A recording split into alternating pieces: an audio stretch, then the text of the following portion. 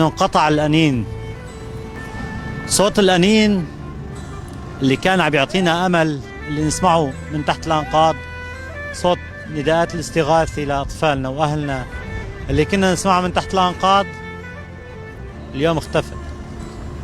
هي مدينة حارم، هون لحد الآن في أكثر من 500 شهيد، في أكثر من 1300 عالق تحت الأنقاض. قلنا لكم استعجلوا، قلنا لكم استعجلوا لحقونا، قلنا لكم أطفالنا تحت الركام، بدنا بس تتنفس افتحوا لنا المعبر، افتحوا لنا المعبر، خلوا الآليات تدخل تطالع على الناس من تحت الردم. تأخرتوا.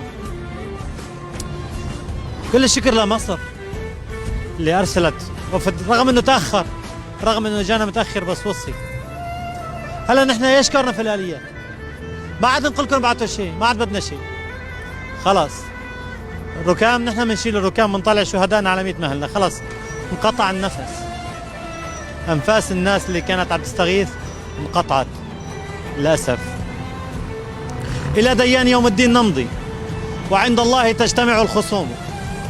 ما أنا مخاصمينكم، ولكن عند رب العالمين بدنا نوقف نحن وانتو وأطفالنا اللي تحت الردم،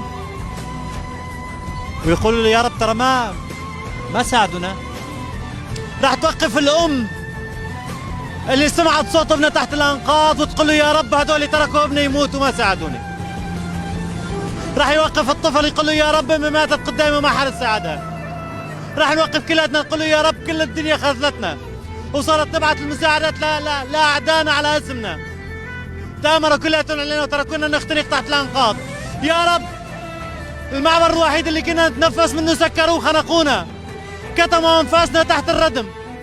لحد الآن عوائلنا تحت الردم، في حارم وفي جنديرس وفي عزمارين وفي 1000 منطقة، بس للأسف ما عاد يقدر يتنفس. انقطع الأنين، انقطع الأنين للأسف.